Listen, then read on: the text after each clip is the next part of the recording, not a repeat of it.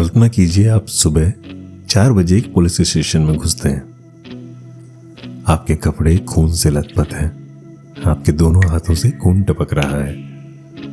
लेकिन सबसे डरावनी बात यह नहीं है कि आपने क्या किया है, सबसे डरावनी बात यह है कि आपको कुछ याद नहीं है।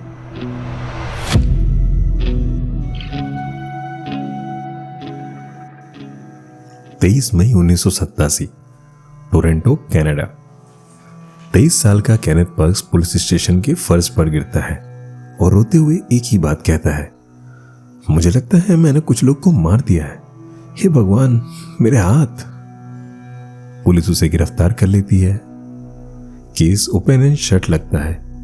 आदमी ने जुर्म कबूल कर लिया है, हथियार उसकी कार में है। लेकिन रुकिए, पुलिस एक अजीब चीज नोटिस करती है। केनेथ के दोनों हाथों की नसें कट चुकी हैं। उसे असहनीय दर्द होना चाहिए था, लेकिन वो दर्द से नहीं चिल्ला रहा। उसकी आंखों में कोई भाव नहीं है, वो बस सुन्न है। क्या वो नशे में था? नहीं। क्या वो नाटक कर रहा था? शायद। लेकिन सच उससे कहीं ज्यादा भयानक था। केनेथ पर्क्स उस वक्त जाग ही नहीं रहा था। यहां कहानी में पहला पेज आता है, पहला ट्विस्ट आता है। केनेथ का घर क्राइम सीन से 23 किलोमीटर दूर था। जरा सोचिए, एक इंसान अपने बिस्तर से उठता है, नीचे जाता है, कार की चाबी उठाता है, कार स्टार्ट करता है और 23 किलोमीटर तक हाईवे पर गाड़ी चलाता है। उसने 3 रेड लाइट्स पार की, उसने कई मोड़ लिए, और ये सब उसने तब किया जब उसका दिमाग सो रहा था। आप कहेंगे ये नामुमकिन है, एक सोया हुआ आदमी गाड़ी कैसे चला सकता है? यही पुलिस का भी सवाल था। क्या केनेथ झूठ बोल रहा था? क्या ये एक परफेक्ट मर्डर का प्लान था? क्योंकि अगर वो सच बोल रहा है तो इसका मतलब है कि हम में से कोई भी सुरक्षित नहीं है।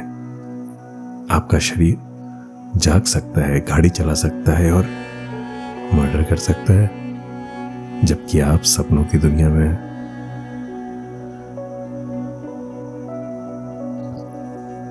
पुलिस ने तुरंत मोटिव ढूंढना शुरू किया। उसका मकसद, इंसान कत्ल क्यों करता है? पैसा, बदला, नफरत। जासूसों ने केनेथ की फाइल खोजी। उन्हें लगा कि उन्हें कोई झगड़ा, कोई नफरत मिलेगी, लेकिन उन्हें क्या मिला? प्यार। केनेथ अपनी सास बारबरा को अपनी मां मानता था। कत्ल वाली रात से ठीक एक दिन पहले वो उनके घर डिनर पर गया था। वो साथ हंसे थे। उन्होंने अपने अगले हफ्ते का प्लान बनाया था। पड़ोसी, दोस्त, रिश्तेदार सबने एक ही बात कही, केनेथ एक मक्खी भी नहीं मार सकता। तो फिर उस रात क्या हुआ? एक प्यारा दामाद रातों रात एक हैवान कैसे बन गया? बिना किसी वजह के, बिना किसी गुस्से के। ये कोई साधारण मर्डर नहीं था, ये दिमाग का एक शॉर्ट सर्किट था।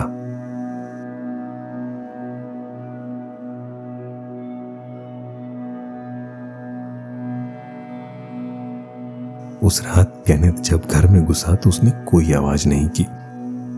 उसने अपनी सास पर हमला किया, फिर अपने ससुर पर। घर में चीख पुकार मच गई। लेकिन चश्मदीदों ने बाद में जो बताया, उसने सबकी रूह कपा दी। उसने कहा कि केनेथ के चेहरे पर गुस्सा नहीं था, उसके चेहरे पर नफरत नहीं थी। उसका चेहरा बिल्कुल सपाट था। उसकी आंखें खुली थी, वो देख रहा था, लेकिन वो पहचान नहीं रहा था। जैसे कोई रोबोट अपना काम कर रहा हो। हमला करने के बाद वो भागा नहीं, वो छिपा नहीं। वो वापस अपनी कार में बैठा और सीधा पुलिस स्टेशन चला गया। जैसे ही उसके दिमाग का स्विच वापस ऑन हुआ, वो एक डरा हुआ बच्चा बन गया। केनेथ अब जेल में है। पूरी दुनिया उसे एक ठंडा, शातिर कातिल मान रही है, एक कोल्ड ब्लडेड मर्डरर। कानून कहता है उसने गाड़ी चलाई, उसने हथियार उठाया, उसने मारा, वो दोषी है। लेकिन विज्ञान क्या कहता है? रुकिए, अगर मैं आपसे कहूं कि केनेथ उस वक्त इंसान था ही नहीं, अगर मैं कहूं कि उसका दिमाग एक ऐसी दुर्लभ अवस्था में था जिसे दुनिया के सिर्फ 5% डॉक्टर समझते हैं। अगले भाग में हम अदालत के अंदर चलेंगे, जहां वकीलों और न्यूरोसाइंटिस्ट के बीच इतिहास की सबसे बड़ी जंग होगी। क्या कानून विज्ञान के आगे झुकेगा या एक बेगुनाह आदमी को नींद में जलने की सजा मिलेगी? कहानी अभी बाकी है।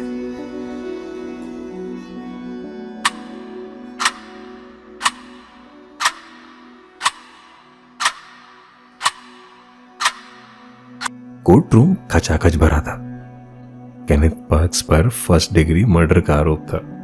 सजा उम्र कैद। सरकारी वकील ने जूरी की आंखों में देखा और एक बहुत ही साधारण सवाल पूछा, देवियों और सज्जनों, क्या आप सच में इस कहानी पर विश्वास करेंगे? एक आदमी 23 किलोमीटर गाड़ी चलाता है, 3 रेड लाइट्स पर रुकता है, चाबी से दरवाजा खोलता है और फिर कहता है मैं सो रहा था। ये कोई नींद नहीं है, ये एक नाटक है, ये एक प्लान मर्डर है। जूरी के चेहरे पर शक साफ दिख रहा था। नींद में चलना हम सबने सुना है, लेकिन नींद में गाड़ी चलाना और कत्ल करना, ये नामुमकिन लगता है। केनेथ का बचना नामुमकिन था, लेकिन फिर बचाव पक्ष ने अपना गवाह बुलाया। कोई चश्मदीद नहीं, बल्कि 5 दुनिया के सबसे बड़े स्लीप डॉक्टर्स ने कोर्ट को एक ऐसी चीज दिखाई जो किसी ने पहले नहीं देखी थी, केनेथ का दिमाग। उन्होंने केनेथ का EEG टेस्ट किया। सामान्य इंसान का दिमाग सोने के बाद स्विच ऑफ हो जाता है, शरीर को लकवा मार जाता है ताकि हम हिल डुल ना सके, लेकिन केनेथ के दिमाग में ये स्विच टूटा हुआ था। डॉक्टर्स ने समझाया, केनेथ एक दुर्लभ बीमारी पैरासोमनिया का शिकार था। उस रात उसका दिमाग 2 हिस्सों में बट गया था। एक मोटर कॉर्टेक्स जो हाथ पैर हिलाता है, ये पूरी तरह जाग रहा था। दूसरा प्रीफ्रंटल कॉर्टेक्स जो सोचता है, फैसला लेता है, ये गहरी नींद में था। सोचिए एक गाड़ी जिसका इंजन चालू है, गियर डला हुआ है, लेकिन ड्राइवर सीट पर कोई नहीं है। केनेथ देख सकता था, चल सकता था, लेकिन वो पहचान नहीं सकता था कि सामने कौन है। वो फैसला नहीं ले सकता था कि क्या सही और क्या गलत। लेकिन सबसे बड़ा सवाल अब भी वही था, गाड़ी कैसे चलाए बिना एक्सीडेंट के 23 किलोमीटर? एक्सपर्ट ने इसका जवाब दिया, मसल मेमोरी। जब आप कोई काम हजारों बार करते हैं, जैसे गाड़ी चलाना, टाइप करना या सीढ़ियां चढ़ना, तो आपको उसके लिए सोचने की जरूरत नहीं होती, आपका शरीर उसे खुद कर लेता है। केनेथ उस रास्ते पर सैकड़ों बार गया था। उसका शरीर जानता था, उसका शरीर रेड लाइट पर रुकना जानता था। ये एक सोच नहीं थी, ये एक रोबोटिक रूटीन था, जैसे एक ज़ॉम्बी अपने पुराने रास्ते पर चल रहा हो। लेकिन जूरी को सिर्फ साइंस नहीं, इमोशन भी चाहिए था, और वो गवाही आई खुद केनेथ के ससुर डेनिस वुड्स से। वो आदमी जिसे केनेथ ने लगभग मार ही डाला था। उसने कोर्ट में कहा, मैं अपने दामाद को जानता हूं, वो मेरी बेटी और मेरी पत्नी से प्यार करता था। उस रात वो केनेथ नहीं था, वो कोई और था। मैं उसे माफ करता हूं और मैं चाहता हूं कि वो घर वापस आए। पूरा कोर्ट सन्न रह गया। कोई भी आदमी उस इंसान को क्यों बचाएगा जिसने उसकी पत्नी का कत्ल किया हो? सिर्फ तभी जब उसे यकीन हो कि वो बेगुनाह है।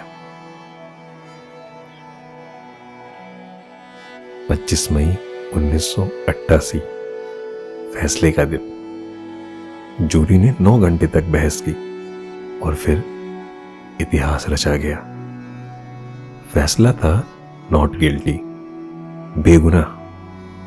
कानून ने मांगा कि ये इंसैनिटी नहीं था, पागलपन नहीं था, ये एक ऑटोमेटिज्म था, यानी एक ऐसा काम जिस पर इंसान का कोई कंट्रोल नहीं होता। केनेथ पर्क्स एक आजाद आदमी बनकर कोर्ट से बाहर निकला।